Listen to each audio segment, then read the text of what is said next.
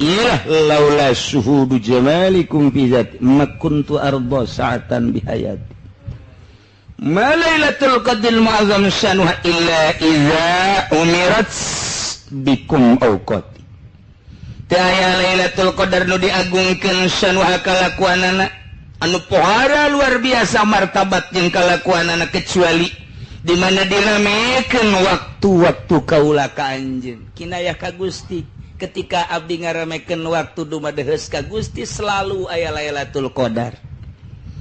Cinta jasa ka Gusti Allah, lamun jelema geus cinta ka Gusti Allah teu sanggupeun berpisah jeung Gusti Allah. Melalui jalur mana nyana? Mun tadina kapanggih ku jalur Quran teu sanggupeun nyana ninggalkeun Al-Qur'an. Melalui jalur mana nyana kapanggih jeung Allah? Melalui jalur sholawat teu sanggupeun ninggalkeun sholawat. Melalui jalur mana nyana kapanggih jeung Allah? Melalui zikir teu sanggupeun nyana ninggalkeun zikir sebab ketika nyana zikir berarti kapanggih jeung Allah. Ketika make jalur sholawat nyana maca sholawat kapanggih jeung Allah. Lantaran kabeh engke kadeuleunan juga kapanggih jeung Allah mah Allah kabeh. Ieulah ngaranna manunggal.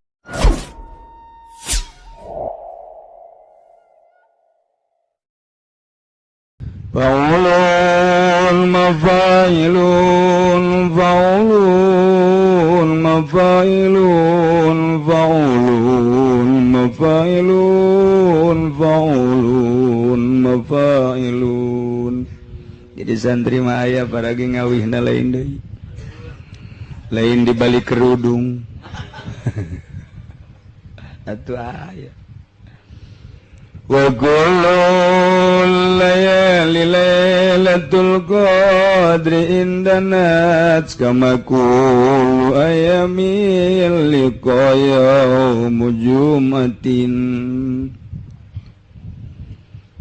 wa kullu layali lan tawisa kabeh pirang-pirang wengi iku lailatul qadri indanat lamun parek ya lailatul qadri kaya Allah utai sakabeh pirang-pirang dina tinmu iku yaumu jumatin dina Jumat.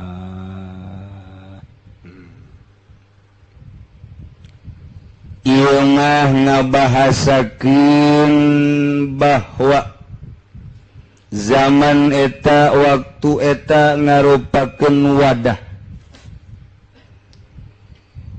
wadah eta kumaha nu diwadahanana di antara wadah-wadah anu patali jeung zaman Lailatul Qadar tanggal 10 bulan haji tanggal hiji sampai tanggal 10 wadah yauma arfata poean Arfah termasuk ayamil asyar termasuk yaumu asyura termasuk Lailatul Maulid wengian dilahirkeun junjunan alam Kangjeng Nabi urang Kangjeng Nabi Muhammad sallallahu alaihi wasallam eta waktu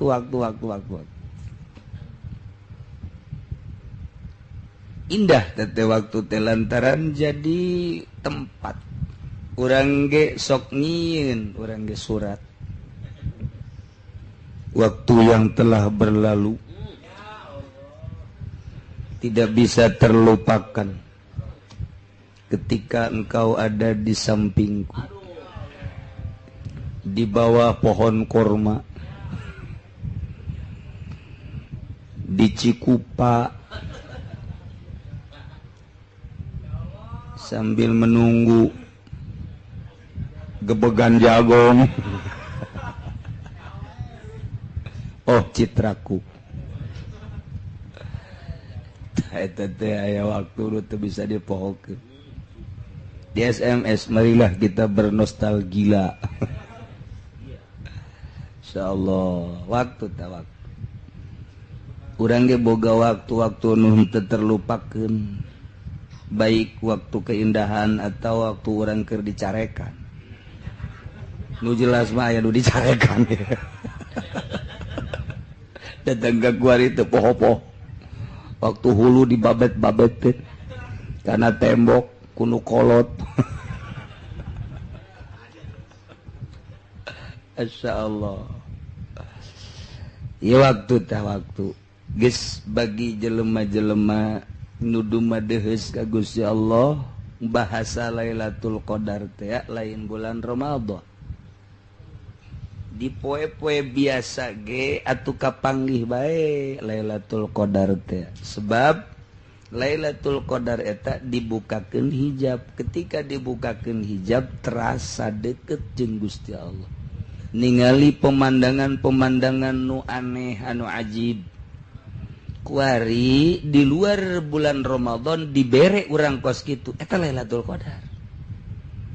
Begitu penting urang asup ka kamar dibukakeun ku urang blak putih Lailatul Qadar.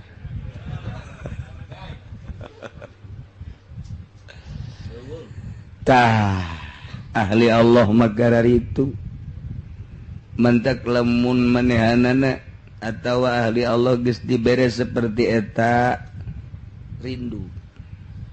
Emang aja Allah merekos kitu teh supaya rindu. Engke ku Allah teu dibere-bere. Sangkilang deket teu dibere bae ku Allah. Nyana terus bae terus ibadah teh beukit terus pohara jasa.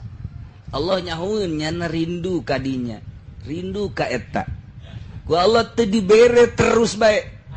Terus ke mungkin bae 3 bulan, mungkin 6 bulan, mungkin 1 tahun dibere deui. Beki rindu bae.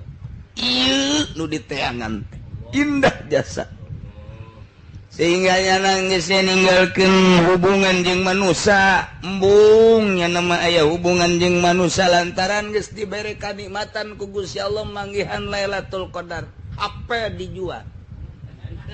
Ganti bebek.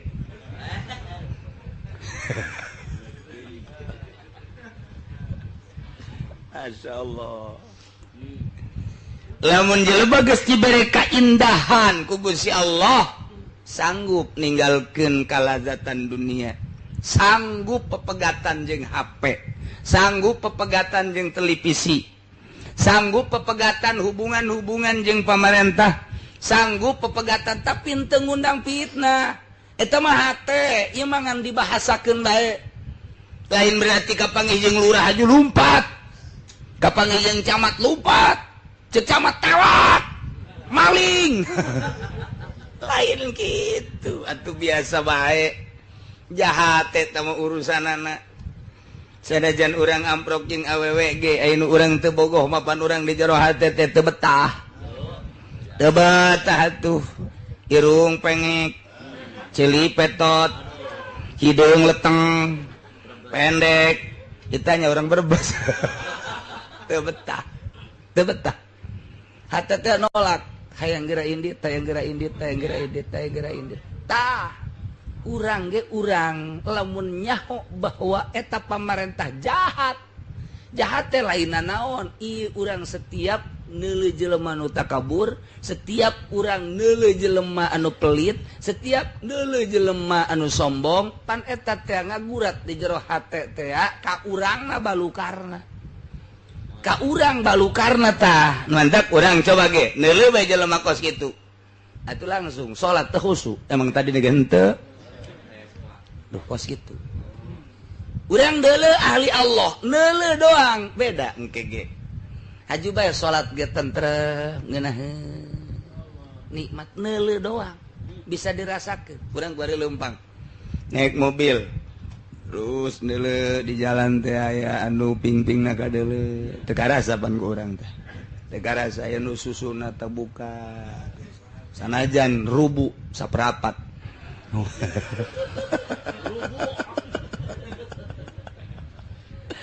Zek urang deuleuh-deuleuh teu karasa tah. Urang teh teu karasa tah neuleuh sarubu bae ge tah. Geura ge salat ge engke salat. Shalli Allah. Eta bebeulahna ka deuleuh. Susu gede amat eta. Masyaallah Gusti Allah. Sungut makeur iyyaka na'budu wa iyyaka nasta'in. tapi di jero hate mun dibuka segede naon.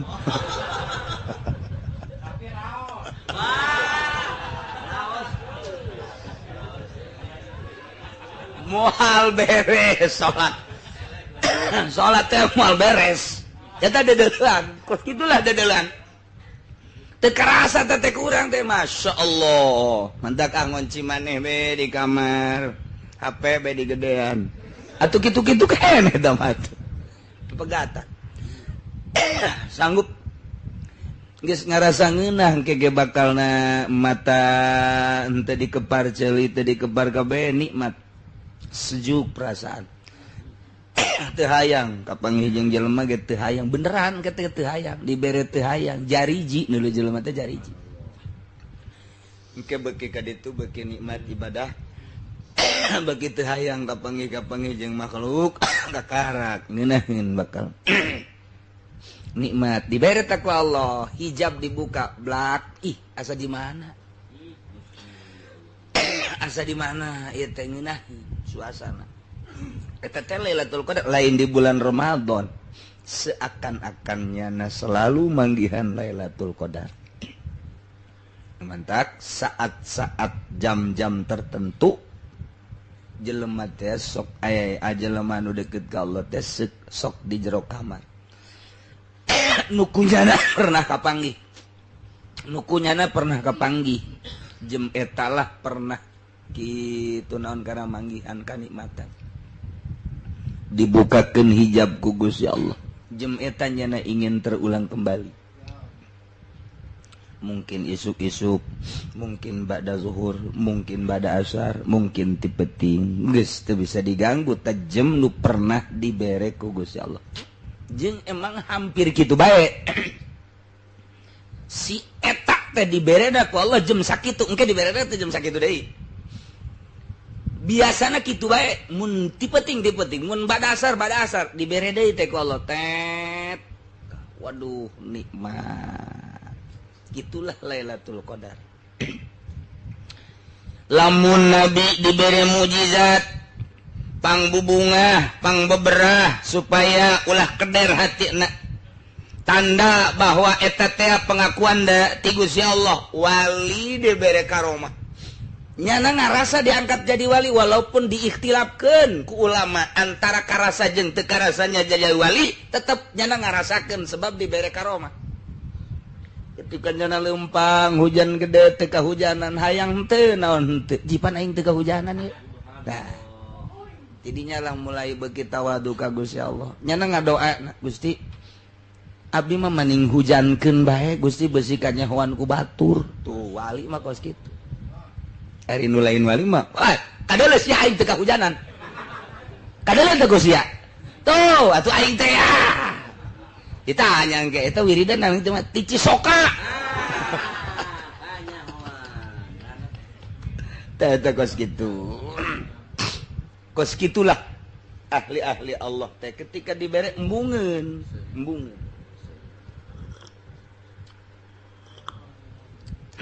Lain diadukeun. Lain dipamerkeun. Ketika engke dibere deui ku Gusti. Dibere ku Gusti. Tengah peuting misalna aya hijab asa di mana? Ceurik. Gusti abdi mah ada sayang eta Gusti, abdi mah hayang teh ka Gusti. Teu kudu dibobotohan ku nu kitu, abdi mah pasti ibadah bae ka Gusti. Besi abdi dibere nu kitu ke jadi tujuan abdi teu hayang abdi mah ka Gusti bae ditutup deui ku Gusti plek biasa bae mantap wayah kraheut wayah katodel teu leuwih wali teh embungeun manehna ari nu lain wali mah geus kieu bae je jasana hizib aing aya ken can dipake ti mimiti di wirid gua ini aing baheula di empang baheula yang ngeueum Haji Muhyiddin da mah aduh teh coba dicobaan eta mah kos kadar itu mah istidraj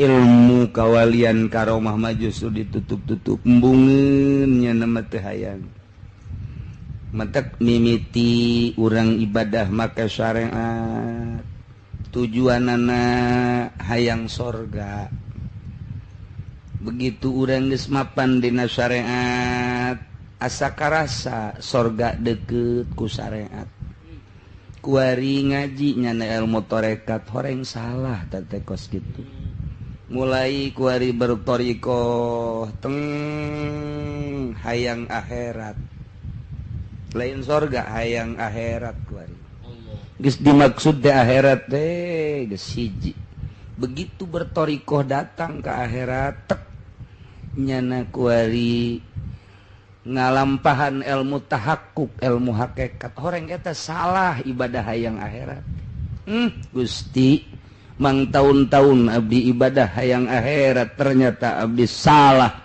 abdi mayeuna ibadah teh hayang ka Gusti bet teu hayang sorga teu embung neraka teu hayang akhirat abdi mah hayang teh hiji be nu nyieun dunya jeung nyieun akhirat ka Gusti tah lamun geus datang ka dinya kakarak dibere bae takaromah ku Gusti urangna geus embung Gusti ketika kanyahoan ke karomah nyana selalu ngadoa ka Gusti Gusti faqbidni ilaika ghairu maftuni cabut bae abdi daripada abdi kanyahoan besi diwali-wali ku batur ieu mah abdi mah mendingan cabut bae ampihan Gusti ai urang mah lain 5 karomah aing hiji dahar teu seueuh-seueuh ieu karomah aing ieu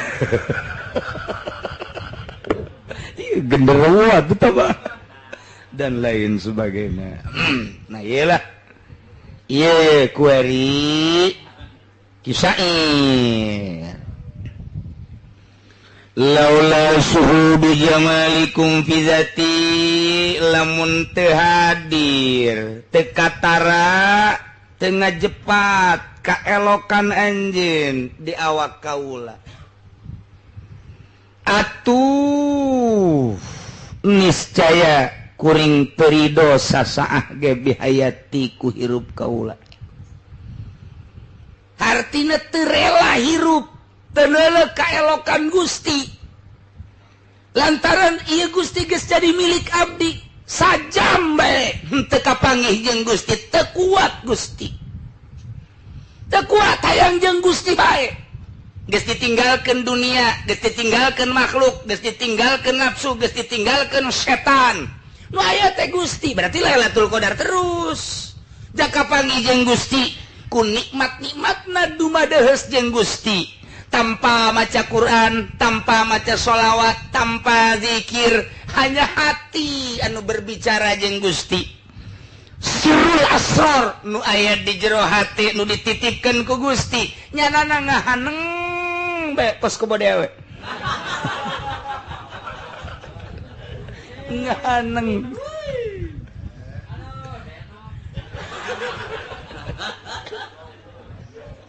Geus lain maca Quran ieu mah lain. Geus lain maca sholawat, geus tinggaleun tah mah geus. Geus kamari ieu geus. Geus mah lain Quran, lain sholawat, lain zikir. Eueuh nu dibaca, eueuh lantaran maca Quran teh pan hayang kapanggih jeung Gusti.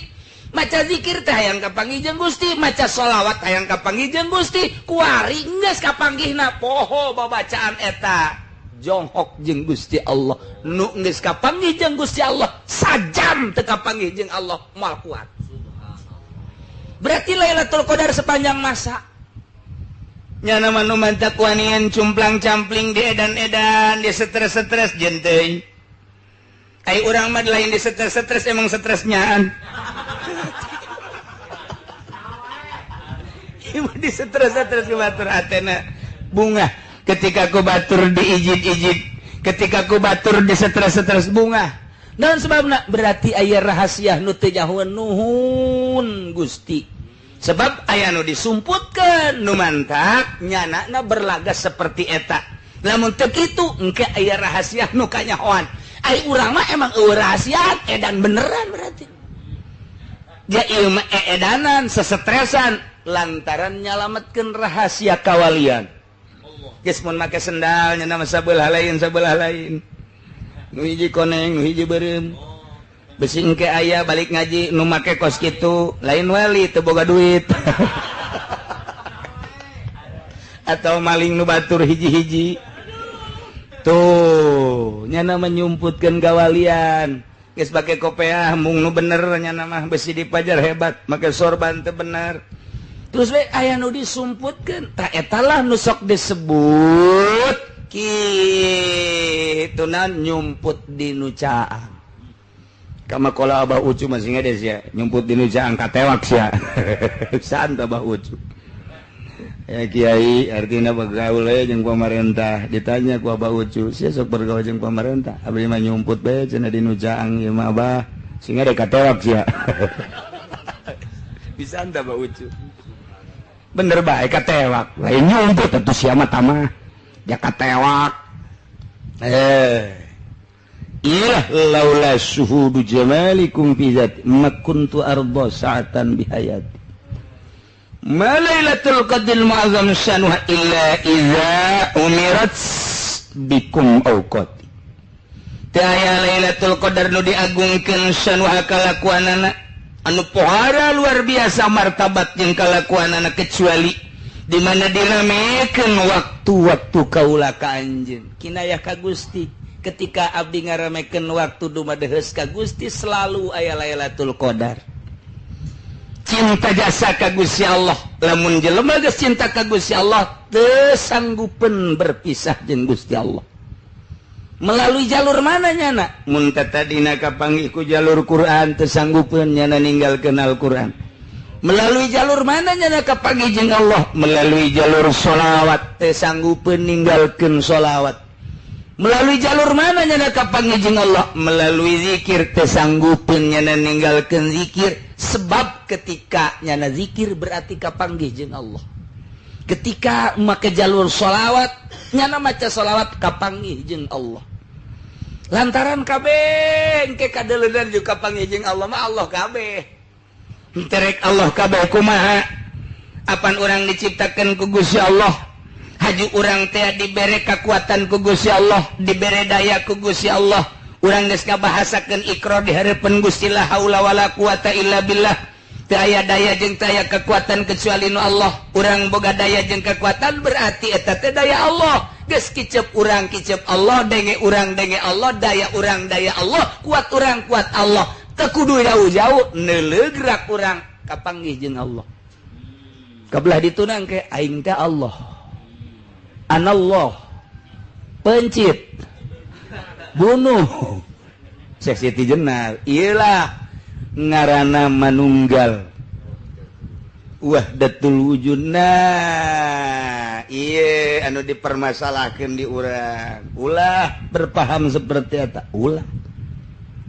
sasar tapi ketika jelema ibadah ka Gusti Allah pasti kos itu disasar-sasar atau sasar ulah basa anu ngaku kos itu bunuh andai kata jelema terus suluk bakal kos itu bae tah eta mah teu bisa dicaritakeun lantaran mentawa perasaan geus ngaji teh aya ngaji amil aya ngaji jurumiyah aya ngaji fikih kabelah dina aya ngaji tauhid kabelah dituna mah ngaji rasa nah ieulah nu teu bisa dijabarkeun nu bantak bertorikoh man teu bisa dipotokopi langsung disebarkan tah eta lamun menyebarkan fotokopian torekat nyasarkan dolun mudilun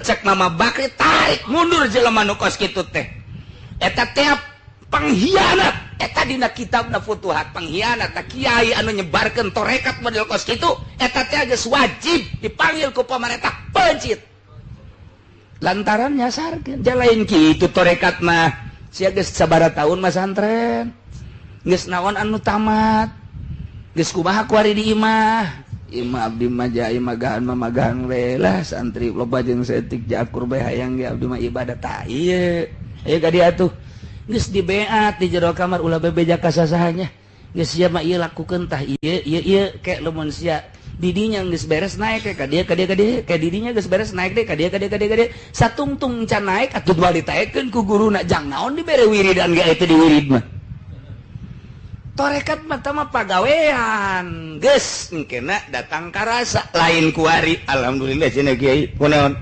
abdi saminggu geus tamat torekat sugro kubro wah iya di mana sih ya guruna di ditu geus mencit embe sagala widih torekat mencit embe kita mah Kiai Haji Hamid beres Haji Amil mencit embe atuh eta beres malah macam Haji Hamid dua gitu naon bena atuh salah tah jangan ngancing cekolot teh lama ai torekat melain kitu malah putus jeung urusan dunia guruna ngade ya ulah bere-bere kain lu penting sia heula bener jeung Gusti kadeleung ke kumama dipantau ke kumama salah baik bila dipanggil salah sia atau melalui ngimpi salah sia atau ditegur melalui karomah nyana keur diuk anu nampiling ceker ih saha eta nu nampiling nyana derdeui wir ditampiling deui tuh kos kitu guru torekat mah bila perlu panggil atawa ngimpi nang nyieun ngimpina ge guruna nyieun ngimpi atuh guru torekat mah ka murid ge nyahoeun sia ngimpi anu nya kamari peuting ka ngimpi-ngimpi nyahoeun atuh komo hayang ka jahe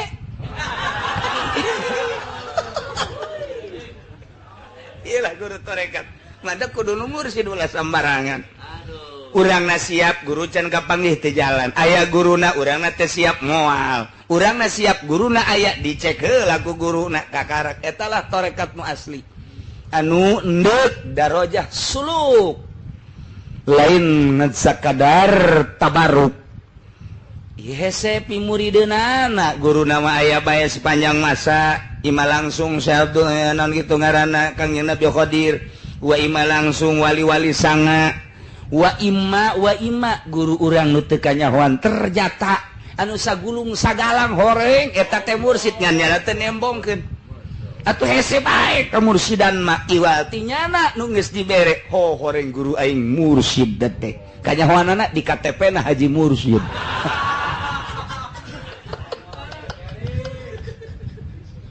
aduh udah menceritakan torekat babari hese babari mentak di akhir zaman engke bakal digelar torekat badar bae torekat make kartu nama deka mana jangka pabrik naon kok torekat sih pakai kartu nama heran itu salah jurusan torekat pakai kartu nama masalah jurusan dan dipakai naon eta kartu nama torekat kos kiai make sertifikat heran aing mah kiai sertifikatan atuh engke bisa digadekeun sertifikat kiai pakai kredit iyalah di akhir zaman mah geus macem-macem hayang pengakuan lain kitu torekat mah cukup ka Allah titik nailah kabeh Lailatul Qadar nu mantak bayangkeun dalilna wal hubul lam yahtaj ila miqat diteruskan heula ka dieuna innal muhibba idza tamakana fil hawa jelema nu keur cicintaan di mana geus nyongsrong jasa cintana timbul rindu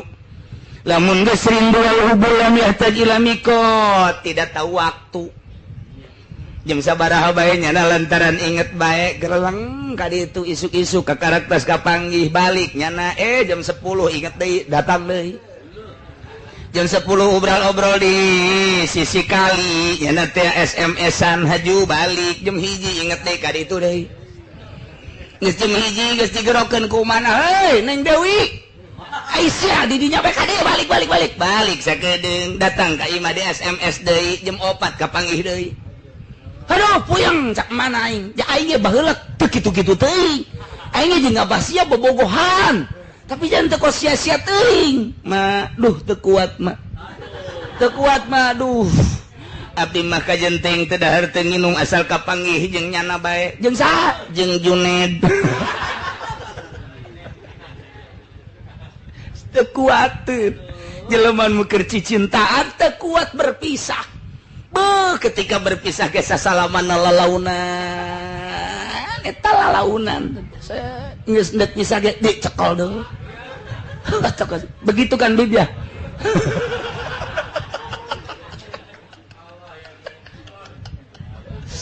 eta geus ge kapisah leungeun geus pisah dicekal deui pundak mah bego tah henteu coba dadah nage Masya Allah sakira-kira aya kapal hiber kadinya mal karasa kunya dadah eta cinta ieu mah cak dina kitab sia masih cak mah pajarsan ngeunah-ngeunah aing meureun dina kitab ya wal hubul lam yataj ila miqat cinta tidak tahu waktu cinta tidak membutuhkan waktu mantap disebutnya cinta adalah buta kakarak boga kawauh jeung urang Karawang sahektar ngagelenceng buta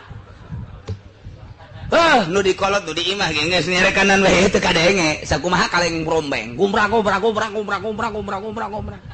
lantaran nu kadeuleu irung nu itu bae waduh eta mah cinta mindo ngaranna teh mah beuki jahat mah cinta mindo mah iya keur meujana fuber masyaallah dunia milik kita bersama waduh jeung kareta-karetana nu nyana eta termasuk beca ge sarua tah eta teh waktu kajeun teh dicarekan ke indung bapana tatap bae kaluar bae ngolosot bae nya teh bahkan heuleu lantaran bapana cepreng jasa salat sia salat teh gegeura ngan 2 rakaat doang magrib keluar ka ajeun aing mah dicarekan los ku pangeran nu penting kapanggih Masya Allah geus dijualan kitab tafsir Munir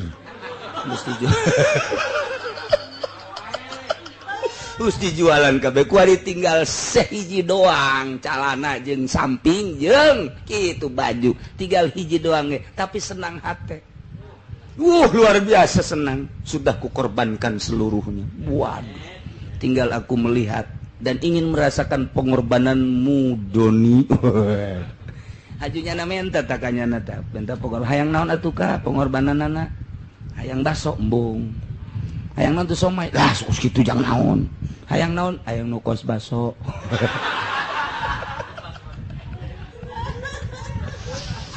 ya geus teu bareres jasa ya kitab kawalian si kos kitu iyalah indal muhibba idza tamakana ta eta namakeun moal beda cinta ka manusia jeung cinta ka Allah artina di mana dina pada lu padaratanana jelema cinta ka awewe eueuh waktuna kitu keneh cinta ka Gusti Allah kapanggih bae jeung Lailatul Qadar eueuh waktuna ditambah deui qala ahar wallahu a'lam